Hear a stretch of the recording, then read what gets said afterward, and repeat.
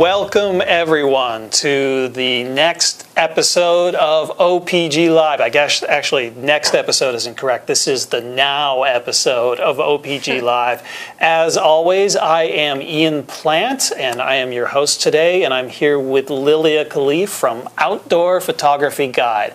And we've got an exciting episode planned for you today. First of all, I'm going to talk a little bit about my most recent photo trip, and then as a special treat, during the second half of the episode, we have an interview with my fellow professional photographer and OPG contributor, Zac Mills, who I've done a lot of travel with lately. So, without further ado, I guess we can get started with this exciting episode of OPG Live. Thanks everyone for coming, and as always, we are here to answer your questions, so feel free to send questions in to us using the comment section, and we will read the best questions that we get. We can't get to everyone's question, so make sure you make your questions as interesting and, if possible, as funny as you can, and that'll maximize your chances of getting your question read today on OPG Live. So, how's it going, Lilia? Oh, it's going pretty good. How about you? Oh, I'm doing great. Where have you been recently? Well, I just got back from a trip to the fjords of Norway.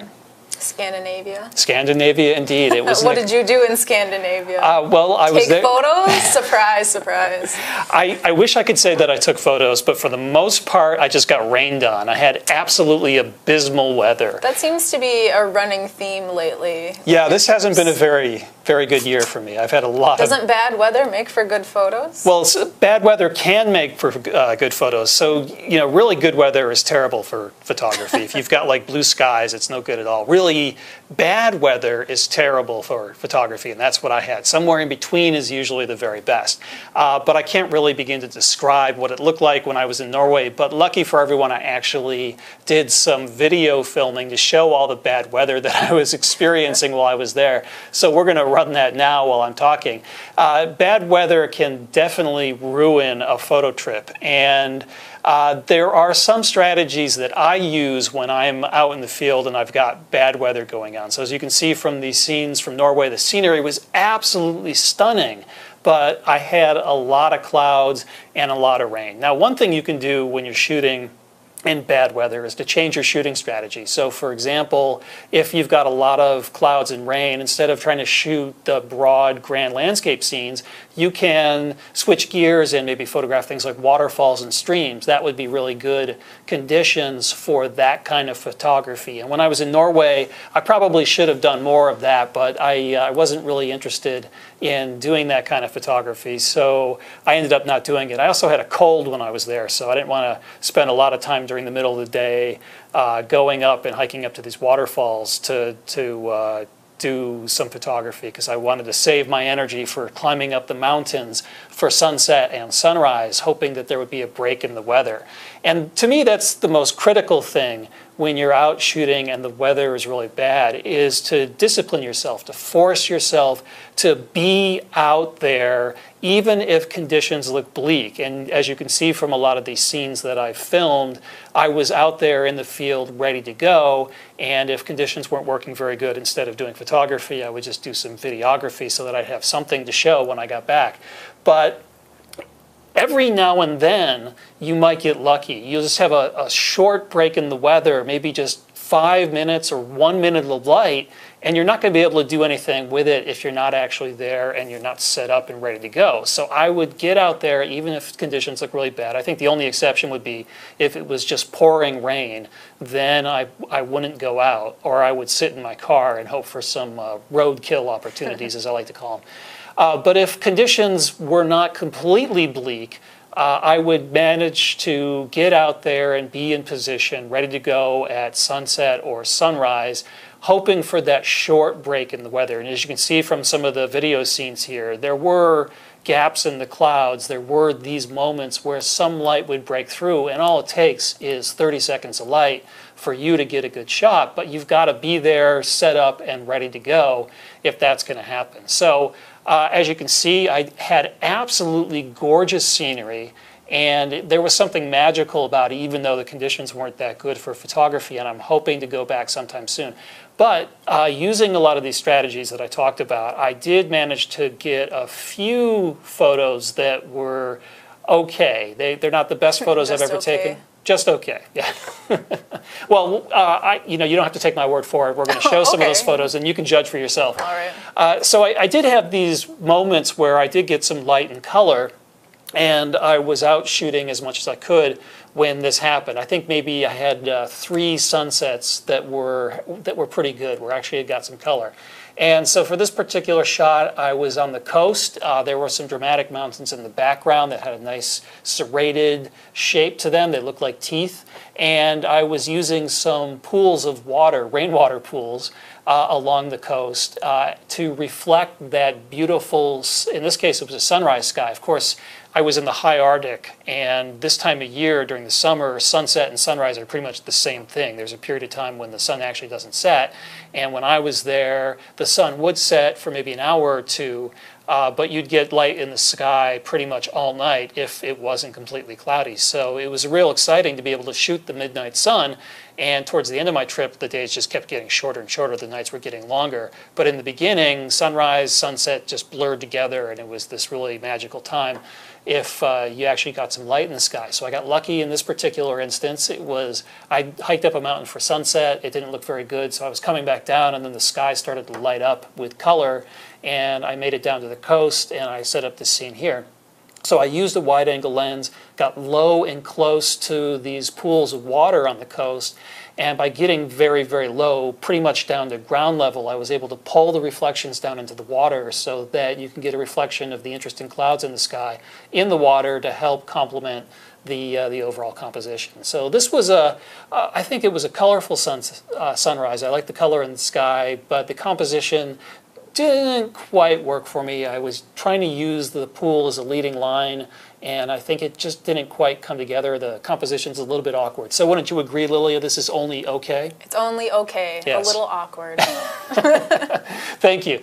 Moving on to the next photo. Another strategy when you are working in really difficult light is to bring a short telephoto zoom lens with you. Now, when I'm shooting landscapes, I prefer to shoot with a wide-angle lens, but when it's really cloudy out, you sometimes get breaks in the weather, but those breaks in the cloud usually aren't where you're standing. They're usually somewhere in the distance, and they don't last very long. But if you've got a short telephoto lens, you can zoom in on those distant breakouts of light like I did here. And this I shot with a 70 to 200 millimeter lens.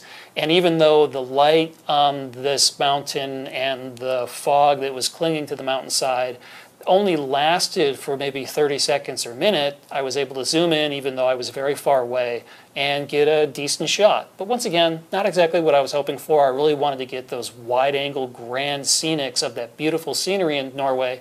So I think it's fair to say that this shot is just okay. Just okay. I'm going to sneak in quick that we have a question from Craig asking, when you go to a place like this and you know the conditions may be less than ideal, do you have a list of back subjects that you can shoot? Oh, that's a really great question, Craig. So what I did during my time there is I had a group of my primary goals, the shots I wanted the most, and then I worked hard to scout the area and come up with some secondary subjects.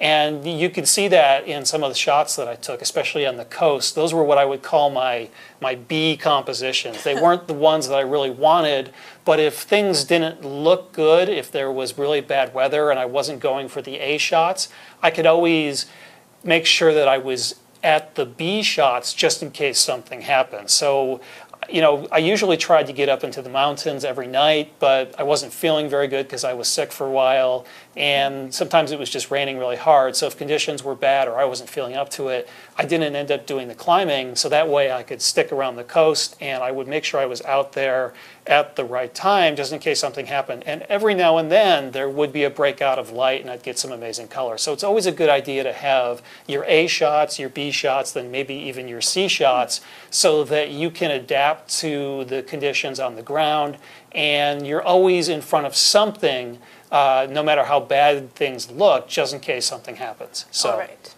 Thank you for that wonderful question, Greg. Another question. Sorry, I'm jumping the gun here. But we have a question from Felipe asking, when you are no longer young, how physically difficult is it to make this type of trip to Norway? That's a good question. It depends on what you want to shoot. So I did do a lot of hiking in the mountains. Unfortunately, I'm not as young as I used to be, nor am I as young as I look. I just have a really great plastic surgeon. But I'm definitely, it's a lot tougher for me to get up those mountains than it used to be. So there were a lot of opportunities along the coast. There was a lot of beautiful flowers that were growing right up at the edge of the coast, and there was beautiful rocks and coastline with mountains in the background. So there was actually a lot of opportunities to work along the coast. And another thing that I think a lot of photographers who are feeling a little past their prime like to do is to fly their drones and do some drone photography. So there was definitely some opportunities for that. But I did do a lot of climbing when I was there. There were different opportunities when you were up in the mountains than you were in the coast. And this next photograph, I think it's coming up here. Here we go. This took me away from the coast. Now, this particular mountain, I actually climbed up there 5 times during my 2-week trip to photograph this peak. It's a very iconic peak. It really stands up quite nicely, and I wanted to get a good shot of it. And I just didn't have much luck at all. But what I was saying earlier about those fleeting moments of light, so as I was going up on this hike for maybe the 3rd or the 4th time, I actually had just a little bit of light breaking through right around sunset. Not much, but a little bit was spotlighting the peak, and that's all I needed to take the shot. So I went in low and close to the ferns that I found here that were growing on the mountainside with my wide-angle lens, and I put them in my foreground, juxtaposing them visually with the background mountain, and then I had all these dramatic storm clouds. So that little hint of light was enough to allow me to get a good photograph here. It wasn't exactly what I was hoping for. I was hoping to get some really stunning sunset skies, but you know, I'll take what I can get, and all it took was a little bit of light here to really bring this photo alive. And with the next photo, this was one of my B compositions on the coast. So this was that same location as I showed in the first photo, but this was a different day. And what happened is conditions looked absolutely gloomy. I had climbed that mountain 3 times in a row, and I was feeling a little tired, still recovering from that cold. Because conditions looked so bad, I decided to stay down below. Now, this was a huge mistake because, as it turns out, the sky actually opened up a little bit at sunset, and it let some light in. Now, there might not have been enough light to light up that mountain, that landform, because it was facing away from the sunset. But the sky where the sun was setting did get some brilliant color. So I did some photography along the coast, and I used this reflecting pool to make this particular shot with a long exposure. It actually was raining on me when I was taking this shot, which was something that I got very used to when I was there in Norway. And so the rain hitting the water caused it to ripple. So during the long exposure, that blurred water from the rain blurred during the exposure, so you don't have a perfect reflection. It's more of an abstract reflection instead. So moving on to the next photo, this is another shot from the coast. This is a composition that I actually like. I found these striations in the rock along the coast, and I use those as a leading line to lead to that beautiful sunset sky in the background. But what this photo lacks is something that I think is very important when you're taking landscape photos. You want to make sure that your photos have what I call a sense of place. You want to give the viewer enough visual cues so that they get a feel for what's special about that particular landscape. And when you're in Norway, what's special about that landscape are the beautiful mountains and the fjords that have carved these mountains. And those are the 2 features that you really want to have in your Norway landscape photos to give your photos a sense of place. And we don't really have that here. I mean, you can see the ocean, but you don't really get that feeling of a fjord, and you can see the mountains, but they're in the distance, and because I used a wide-angle lens, they end up being very small. So even though this is a decent photo that I think stands on its own, and the leading lines are fairly effective and the color is really nice, there really isn't that sense of place. There's nothing about this that screams Norway. So once again, I think it's only okay. Just okay. Just okay. I'm going to sneak in. We got a few more questions here. Peter asked, talk about the number of images you captured and the number that you would call keepers. Like, how many did you take and how many did you say are actually good? So during this 2-week trip, I ended up not taking that many photos. I think I probably ended up maybe shooting 20 photos total. Wow. And maybe 30, I don't know, somewhere in there. It wasn't that many. It just, the conditions were so bad. Most of the time I didn't even take out my camera. I probably should have taken my camera out. If you're having a tough time and conditions aren't really working for you, probably the worst thing you can do is to stop shooting. Keeping on shooting, working through the artistic process as much as possible is always a good idea. But I was looking for something in particular. I was focused on getting what I wanted, so I probably ended up only taking about 20 or 30 photos during my trip. And out of them, I maybe processed 10 of them and decided to keep them. And really, I didn't like any of them that much. like I'm not sure that one of these photos is going to be website worthy. Okay. I want to put something in my permanent portfolio. I really wanted a Norway shot to go into my permanent portfolio, and I'm not sure that I got it. And that's just the way it is. But I got some decent shots, and they'll probably end up on social media. They're Facebook worthy. They're just not website worthy. Okay.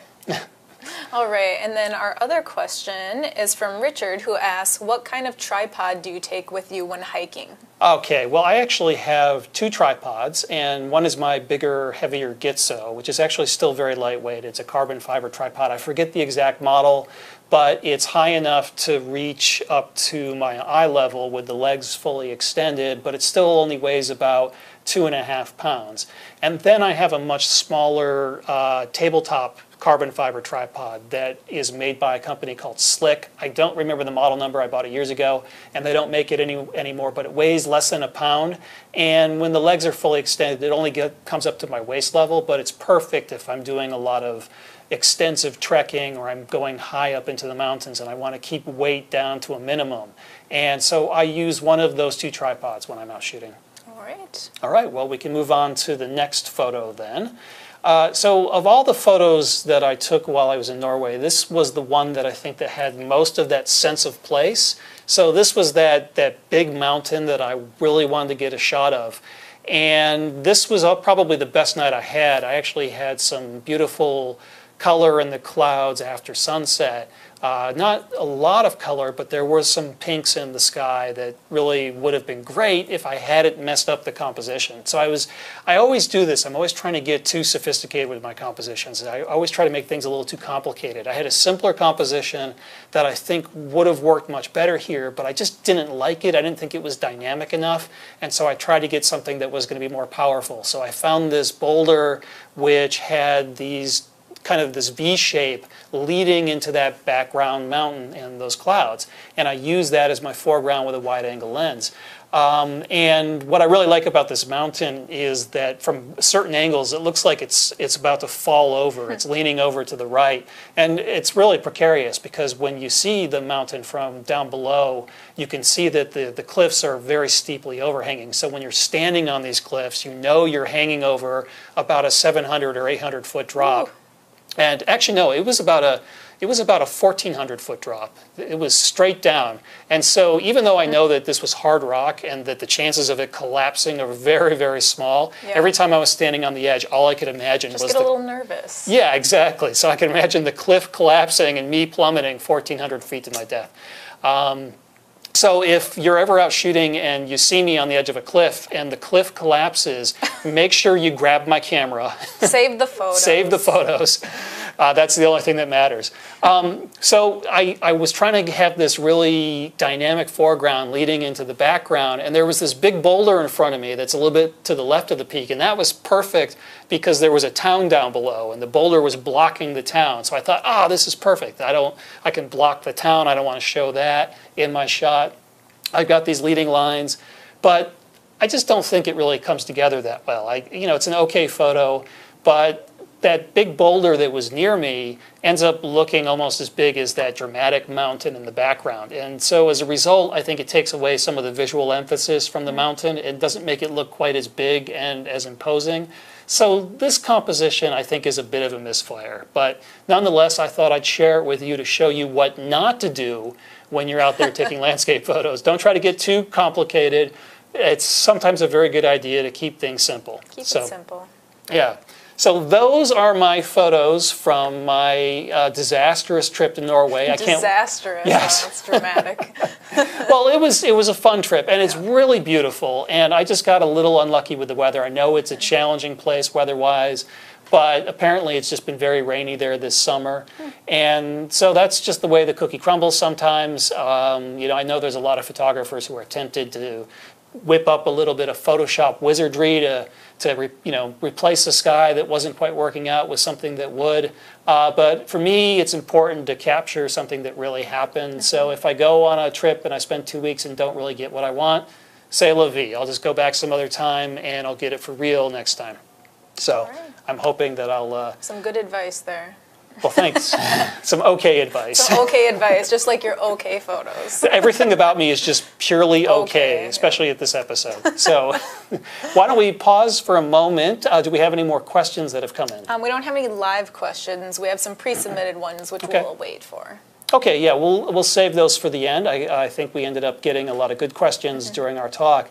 So without further ado, for the second half of the episode, we're going to have the first in what I hope will be a series of interviews with professional nature and outdoor photographers. And today we have a very special guest, my good friend and fellow OPG contributor, Zac Mills, who has done a lot of work with endangered species. So I'm real excited to have him here. We've done some travel together. A lot of you might recognize him from some of the videos that Zac and I have done for Outdoor Photography Guide. If you haven't seen those videos, you should check out our Kenya wildlife course and our photo shoot from Vanuatu, where we came face to face with a volcano. Those are very exciting videos, so I definitely recommend that you check those out. You can either get them through your OPG premium membership, or if you're not a member, you can buy them in the OPG shop.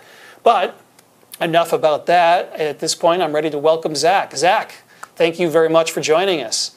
Thanks for having me. Fantastic. So, tell me, where are you calling from? I am calling from the beautiful Canadian Rocky Mountains in a small town called Canmore, just next to Banff National Park, arguably one of the more famous places in Canada.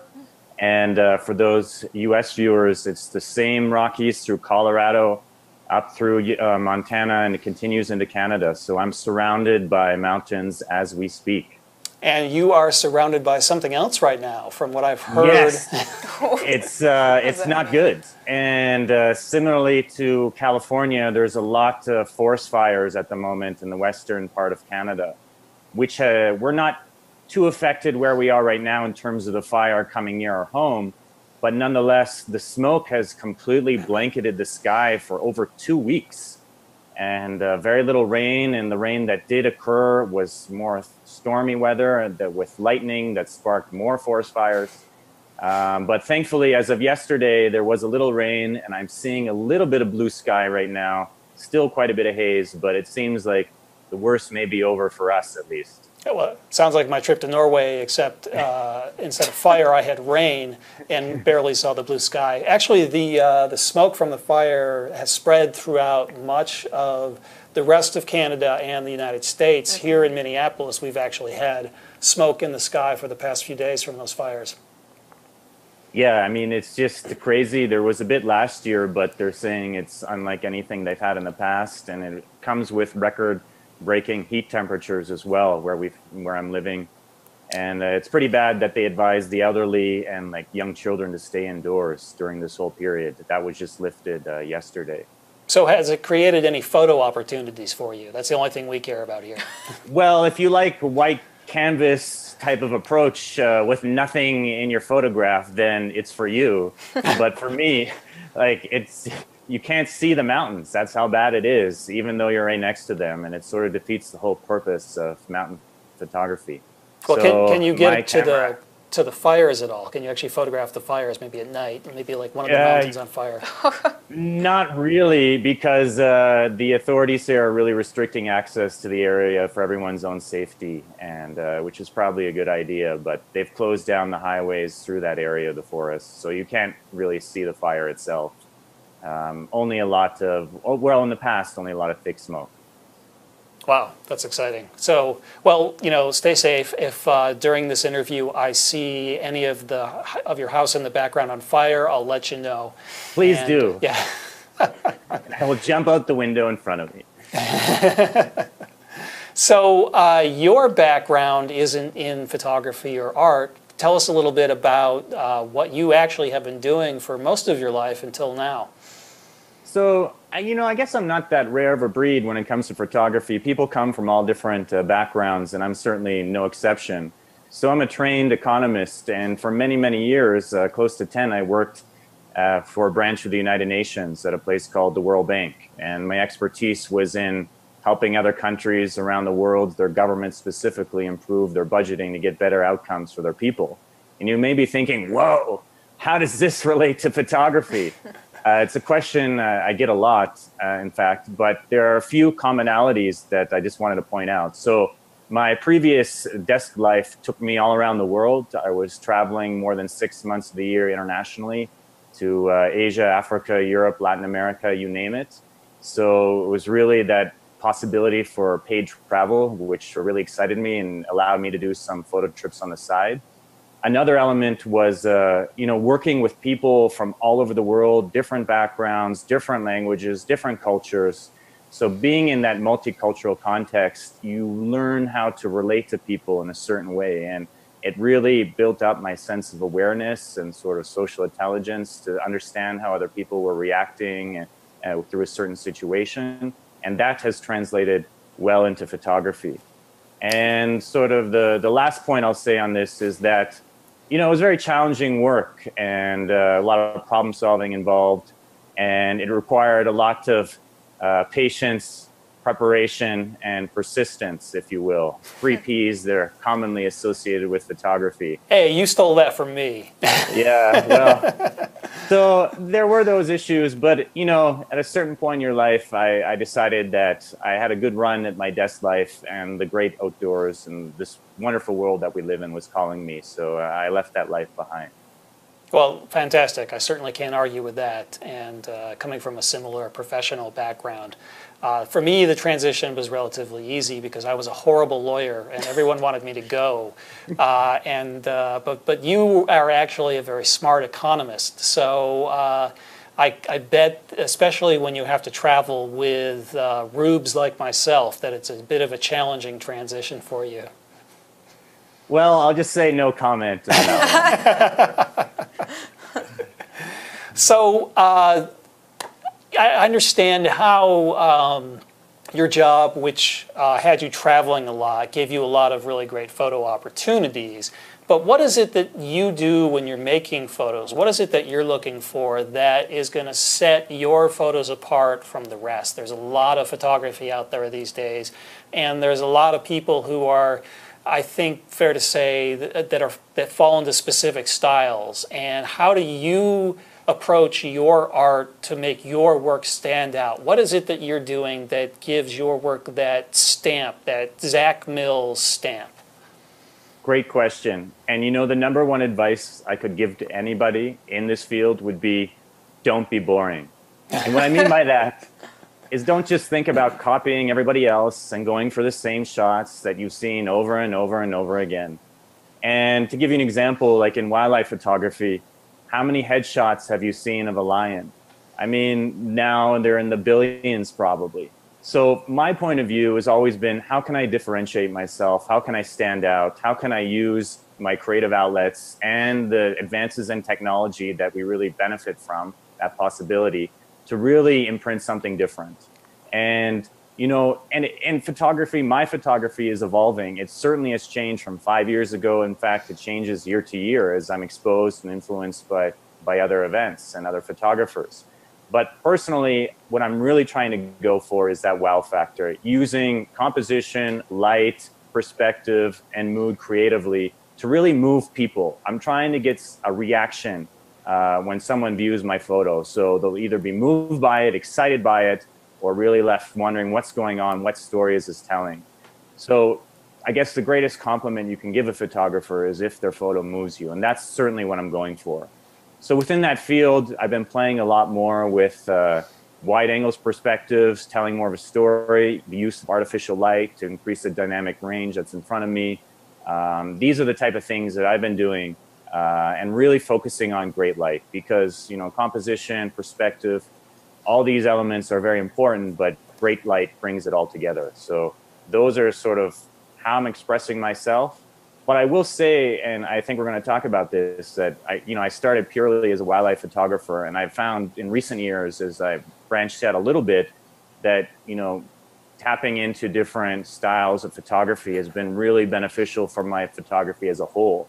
You know, so I'm borrowing different things from, you know, portrait photographers and use lighting equipment to more landscape photography with the wide angle perspective, and, you know, bringing these different elements together can really enhance your overall photography. Well, why don't we take a look at some of your photos? We'll take a look at as many as we can as time permits, and we'll talk about some of the specific techniques that you used here. So tell us a little bit about what's going on in this photo. Obviously, your subject is a male lion, but where was this taken? And just tell us a little bit of the story behind the photo. Okay, so this is in what I call my second home in Masai Mara National Reserve in Kenya in East Africa. If anyone has ever heard of the Disney Lion King movie or seen it, I can attest that this is the real life Lion King. Simba actually means lion in Swahili, the local language. So this place is just filled with wildlife, in particular, one of the best places in the world to photograph the big cats, the lions, the leopards, and the cheetahs. And here we have a huge male lion. And you may be thinking that's mist in the background. In fact, it is not. It is the lion's breath. So this is one of the most important techniques that I use and recommend others to use. It's backlighting. This is a backlit photo. So, you know, it was sunrise, and we were cruising along looking for different subjects, and the light had come up. And before, it was a very, very strong sun that morning, and it was cold. So at this time of year, believe it or not, it can get close to the freezing point in Kenya. And there was dew on the ground, and the lion, you know, we positioned ourselves so the sun was directly behind him, and you have the fringe lighting of the fur, and every breath that he would take would just illuminate the whole area around him, this golden aura type of color. So backlighting, I love the feel of it. I love the look of it. You only have a very short window. You need very strong lighting for it to work. But within a 10 to 15 minute period, if you can line up subject directly in front of the sun or behind the sun behind the subject, you can get some really magical results. Yeah, this is a real fantastic photo, and I love the color, and I love the story that this photo tells. Let's move on to the next photo, and this is one that's probably going to confuse most people, so you'll have to explain. I mean, I know what it is because I was there on a trip with you to this particular spot, but please tell the story of this photos to the viewers, and talk a little bit about your artistic process here. Okay, so this is literally one of the most amazing, otherworldly type places that exists on our planet. It's in Indonesia, the island of Java. It's an active volcano where every day miners from the area extract sulfur from an active volcano. And let me just take a step back so you understand how strenuous this is. It's a 3-mile hike up to the top of the volcano, another 30-minute hike down, and once they get to the point of extraction, then they load up on their shoulders the equivalent of around 150 pounds of sulfur, trek back to the top of the volcano, you know, that's 45 minutes to an hour, and then walk the 3 miles down to the point where they drop it off. And these miners do this 6 days a week, every week out of the year, rain or shine, and it's some of the most incredible feats of human endurance, I think, documented. So I first learned about this on the BBC News's most difficult job in the world. So on top of the strenuous element of it, they're extracting sulfur. And, you know, accompanying this process through the extraction is sulfuric gas is everywhere. So that's very harmful to you and to your lungs. And a lot of these miners don't have any professional equipment. I mean, I've seen people doing it with flip-flops, like just a shirt to cover their mouths at times. So they are extremely hardy. Just to clarify really quickly, so what we're seeing here in this photograph, these blue flames, that's the sulfur actually coming out of the volcano, correct? That's right. So yeah, I was getting to that. Thanks. So at night, through the extraction process, they have what's called the blue fire, and it's really the sulfuric gas, because of the chemical composition, turns this otherworldly blue, and it's burning away at night. And then a lot of the miners work throughout the night because it's cooler, as opposed to the hot Indonesian sun. So here you see this lone miner, and he's lit up, sort of silhouetted. That's his headlamp shining down, and he's sort of contemplating the next point of extraction while the blue fire burns above. So I took this photo from a distance, not too far away actually. I think the focal length was around 24 millimeters, and it was actually 3200 ISO if I remember, and about a 1 second exposure. So very, very dark. And I underexposed just to get the miner in silhouette, and this incredible blue fire burning, 3 or 4 separate points in the background. And it's really, what I like about it, it's people look at it and it's hard to believe it comes from this planet, but it does. And if you ever get the opportunity to go there, in fact, the easiest place to depart is from the island of Bali. You will not regret it. I mean, it's just so amazing to see and witness. Yeah, it's a real fantastic experience. Now, when I was there with you, we were a little less lucky with the blue flame. There was a lot of smoke, so we couldn't really see it that well. But it was still an incredible experience. And I think that it's fair to say that the mining job on Aegean Volcano is the worst job in the world. And then right underneath that, coming in at number 2, is landscape and travel photographer. But I really like the juxtaposition of the cool and the warm colors here, the blue flame juxtaposed against the warm light of the miner's headlamp. And I like the composition, the 3 flames that balance the background structure of the composition, and then the lone miner in the middle. And that helps create some visual energy here. So moving on to the next photo. I have gone on several trips with you to photograph the orangutans in Sumatra. This is another shot from Indonesia. But why don't you tell us a little bit about this photo and about your experience working with endangered species? Okay, thank you. Yes, so we've been there, and this is a male orangutan, an endangered Sumatran orangutan. Very few left in the planet, unfortunately. They estimate around 14,000 or so. And what I like about this is the eye connection. It's really an intimate moment, the way the orangutan's just sort of peering back at me as he continues his way through the forest. And it sort of fits into my broader focus in conservation, working with endangered species. You may love some of the iconic animals that we have on our planet, but there's a real risk that in our lifetime, lions, elephants, orangutans, gorillas can all disappear. And without the concerted effort of a lot of dedicated individuals, they're the reason why a lot of these animals continue to exist, even if the overall trend is still quite shockingly negative. So I've been going to Indonesia for the past 5-6 years in a row now, and I'm trying to really document the Sumatran orangutan. Just so you know, it's a separate subspecies from the Borneo orangutan. There's 3 subspecies of orangutan, and they're all endangered. But the Sumatran one particularly appeals to me because they really live in the hills, in the forest. And it's really arduous trekking to find them, but it is quite magical being in the forest. And so for the past number of years, I've been sharing my photos with several different conservation organizations that support the conservation of the orangutan, so that people get excited, they're motivated, they feel a connection, and therefore that they make an effort or donate money to support this very important work.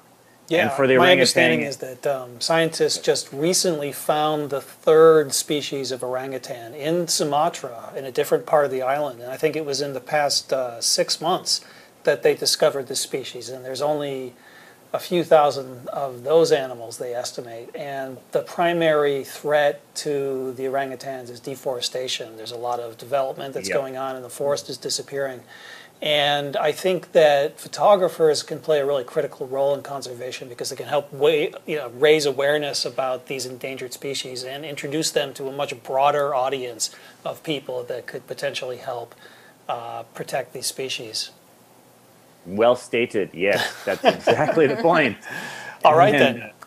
But yeah, go ahead. so I mean, the point is, you know, I personally love photographing wildlife, you know, the endangered ones in particular, because they're so iconic. But at a certain point, you start understanding the local context and the threats that they face. And, you know, I've been moved to get more involved in the conservation work because of this experience. That's fantastic. Well, moving on to the next photo.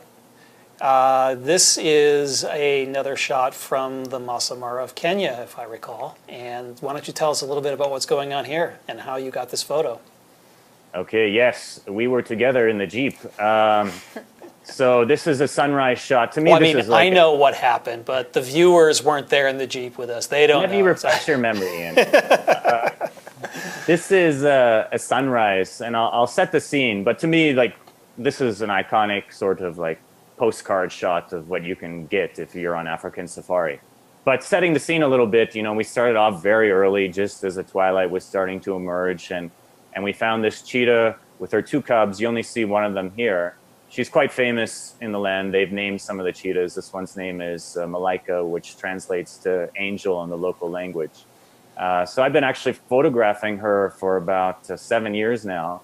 She's had several different sets of cubs, and these 2 cubs in particular we found off in the grass, and you know, they were making their way along the open plains, and we followed them. And you know, working with a great guide makes all the difference in wildlife photography. I cannot recommend it enough, because our guide, sort of seeing where they were going, and we were behind them, you know, saw this termite mound up in the distance, and you know, he knew they were going there, and we sort of took a circular path, went in front of the cheetahs and positioned ourselves right in front of the termite mound where we anticipated the sun to come up. And sure enough, they sat up right on top of it and started looking around. Termite mound can be a great vantage point for cheetahs as they're looking for prey. And how this photo works, there's a huge dynamic range. So I actually put my exposure compensation to -5 for this shot. And I'm using artificial flash with the concentrated through a snoot, a little attachment you can put on the end of your flash. So this fill light is illuminating the cheetahs. Meanwhile, the sky and the sun in particular is properly exposed. This is what it really looked like to our eyes. So I'm exposing for the sky and the sun. And of course, no flash. Either the cheetahs are dark, or if I expose for the cheetahs, the sky is completely white. So this is where a little bit of fill flash can really enhance the dynamic range of your photography, and you know, put something together that wouldn't otherwise be possible.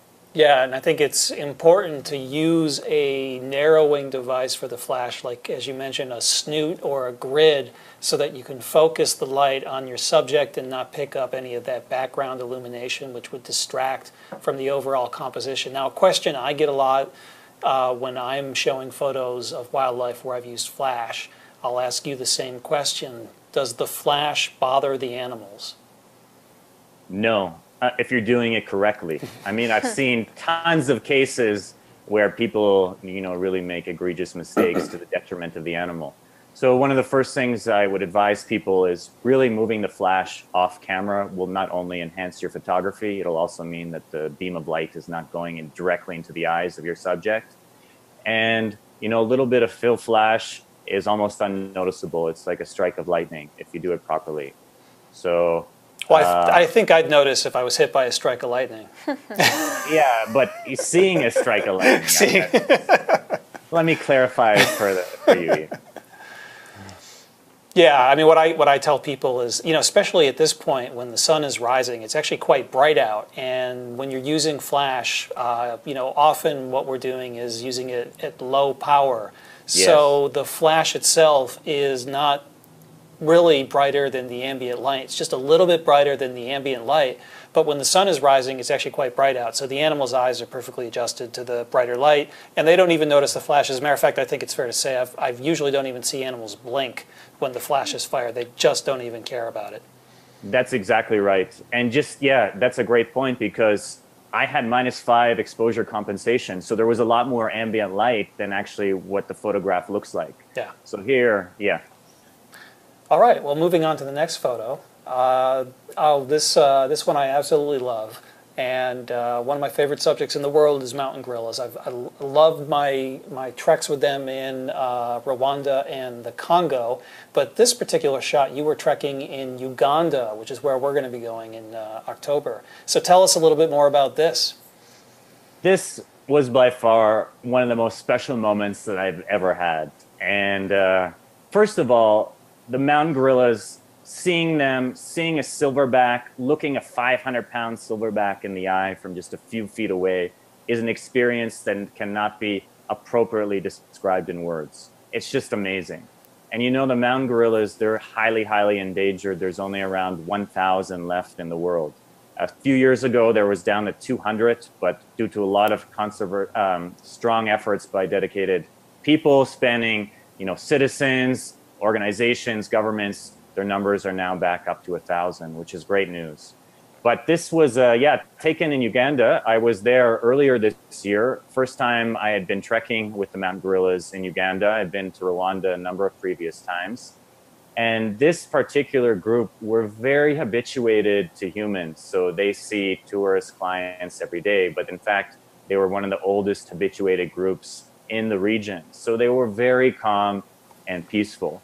And we have two in this photo. There's a youngster who was a bit curious by me, and he came, we're supposed to maintain a certain distance, and this gorilla came quite close, and all the guides were advising me what to do, not to scare it or move rapidly.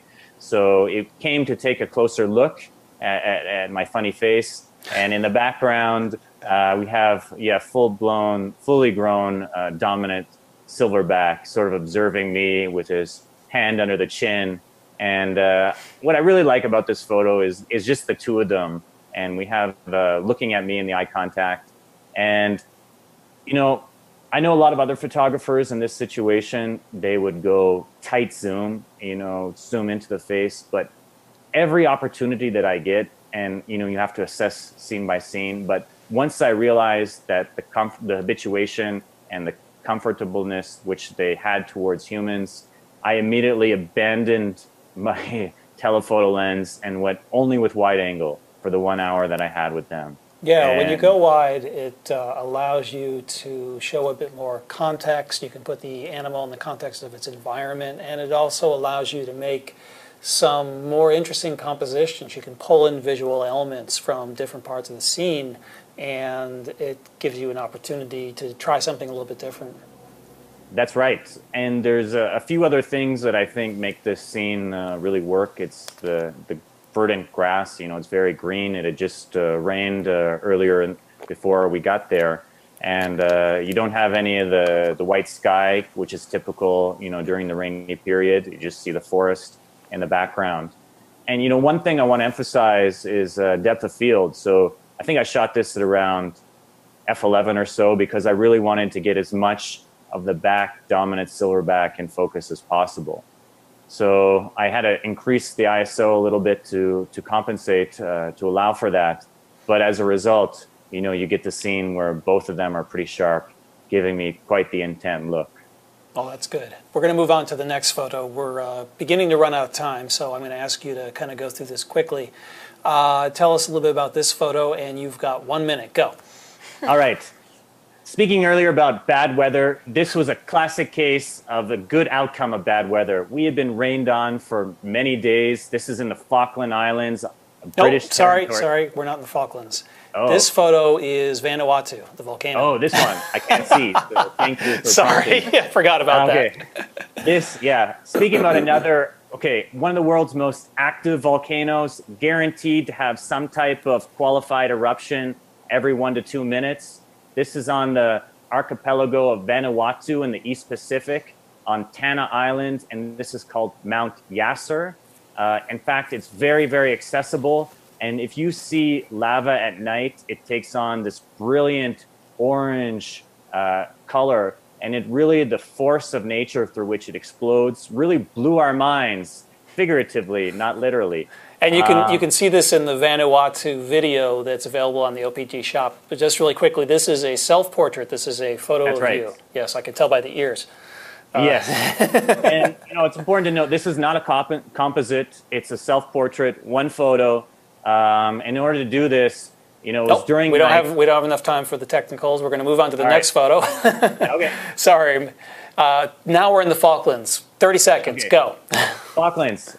Terrible bit weather, raining the whole time on us. And, you know, when the weather does break at sunset, sometimes you have to get, you're just astounded by what the colors that can be produced. And what really makes this photo work is that the light, the sort of reddish colors are reflected off the water and back to the bottom of the clouds, which are, again, enhancing this overall color of the scene. And in the bottom, we have a king penguin sort of strolling back and forth along the beach. There's a much deeper story here about how I was very depressed in the lead up to this photo because my camera had failed the day before when there was a full rainbow over the king penguin colony, but I will save that for another time. Well, how can you be depressed when you're photographing penguins? And if I recall, you used a little bit of fill flash to illuminate the king penguin against that brilliant sunset sky. All right, next photo. Okay, well, I'm going to give you 1 minute. This is the cheetah and the mongoose photo. Tell us the story behind this. Go. All right, the classic David versus Goliath. What I really like here is the juxtaposition and sort of the life and death situation. We have this young cheetah who's a bit unsure of himself as a hunter at this stage, and this poor little banded mongoose, you know, has been separated from his family due to the cheetahs chasing them. And this is a baby mongoose. Yes, baby banded mongoose. And separated from his family. And they're both sort of, the mongoose is very upset and shrieking, and the cheetah is sort of wondering, this looks like food, but I don't know how to do it. And I really like the eye contact and sort of the diagonal perspective of this photo. Now, if I remember correctly, this photo actually has a somewhat happy ending. It looks like the cheetah is about to eat this baby mongoose, but tell us what happened pretty quickly. Yeah, that's right. And I mean, this is an example of how other people can disrupt natural events. So what happened was we were the lone vehicle there on the scene. Another safari vehicle came up. They got too close, and the baby mongoose saw his opportunity for escape and climbed up into the engine of the other vehicle, just darted right up.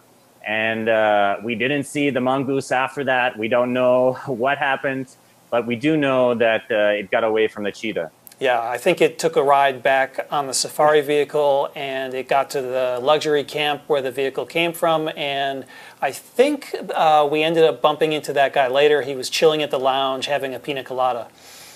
That's one interpretation. That's the happy one. That's the happy interpretation that I'm going to walk away with. Well, that's it for the photos. Now we've got a few minutes to answer any viewer questions that have come in. So, Lilia, do we have any questions for Zac? We do. We have a question from Eric asking, well, both of you can answer this. Do you usually crop your landscape photos after composing? Okay, well, that's a question I'll very quickly answer. I almost never crop my landscape photos. I try very hard to get the perfect framing and composition when I'm in the field. I might do some minor cropping to take out something that's distracting on the edges of the image that I couldn't get rid of. But for the most part, I'm trying to make sure I get it right in the field. The downside of doing any cropping is that you lose real estate, so you end up with a smaller resolution file. So if you're going to make big prints, you might lose some resolution when you're resing up. So I always advise people, try to get it as good as you can in the field. All right, and thinking back to, we just saw a volcano photo, Richard says that he's going to Hawaii in a few months, but is not sure how close he can get to the volcano. Is there any advice about keeping his equipment safe when shooting in the area? Well, so how close you can get to the lava when you're in Hawaii depends on whether there are any surface flows that have broken out, and so that's kind of hit or miss. There might be periods of time when there's no surface lava that you can get to. There are some times where there is surface lava that's flowing very slowly, and you can actually hike up to it and get relatively close. The lava that is on the surface is moving rather slowly. Probably the best thing you can do to protect your gear is just don't leave it in the path of the lava. Maybe wear out on your back. If you are getting relatively close to the lava to photograph it, you're going to feel the heat coming off the lava.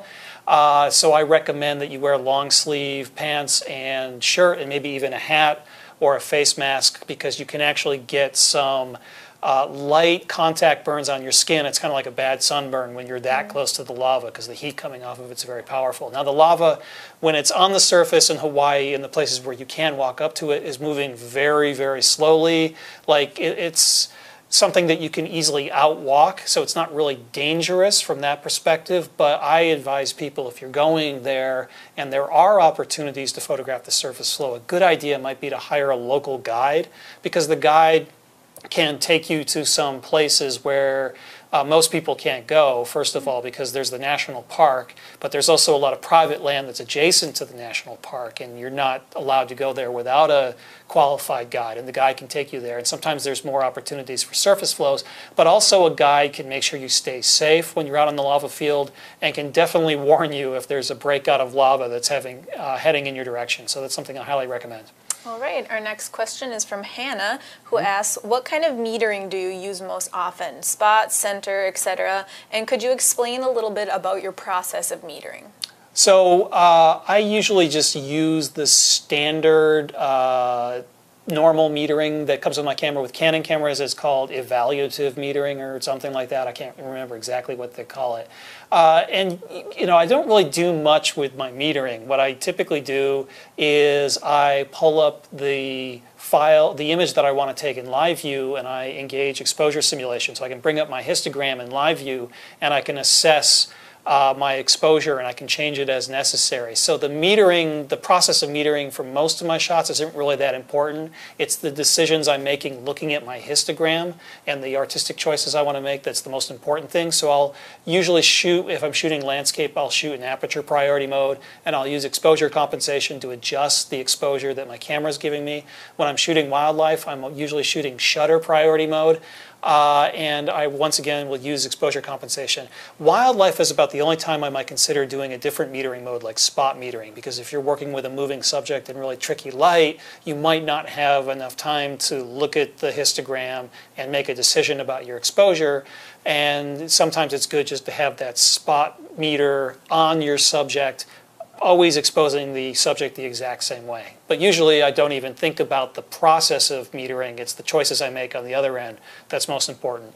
All right, well, I think we have time for one more question. Wow, one more question. Yeah, okay, let's make it a good one. Before I get into that, I want to give a quick shout out to Tamron and thank them for sponsoring this live event. But our last question is from Andrew, who asks, what's the best way to shoot the Milky Way without a subject in the frame? Should I do multiple exposures, or is there a way to do it all in one shot? That, unfortunately, is a very complicated question that would require an entire live event to answer. But I'll give you a very simple answer. When you're photographing the Milky Way, probably best to do it with a wide-angle lens, a fast wide-angle lens like an f2.8 or maybe an f4. f2.8 is best. Typically, when I shoot the Milky Way, when I want to get those pinpoint stars, I'll shoot at my widest open aperture like 2.8 or f4. I will bump up my ISO to maybe 3200 and do maybe a 30-second or a 15-second exposure. The stars are going to move a little bit. Actually, it's the Earth that's moving. The Earth is spinning during the exposure. So if you do a long exposure, you don't get those pinpoints. Instead, the stars are rendered as trails. But with a wide-angle lens with 30 seconds or less, the trails are small enough that it looks like pinpoints of light. So that's the best way to photograph the Milky Way. Anything beyond that is very complicated and will require an entire live episode to answer. So I'm going to forego giving you the complete answer for now, if you'll forgive me for doing so. I think that's all that we have time for, so it's time to wrap things up. I also want to thank Tamron. I've been working with Tamron for years as one of their image masters, so I know that they've got a lot of quality lenses, and they are sponsoring this live event. So just a little shout out to them. And I want to thank you, the audience, for joining us. I hope that you find these sessions to be helpful.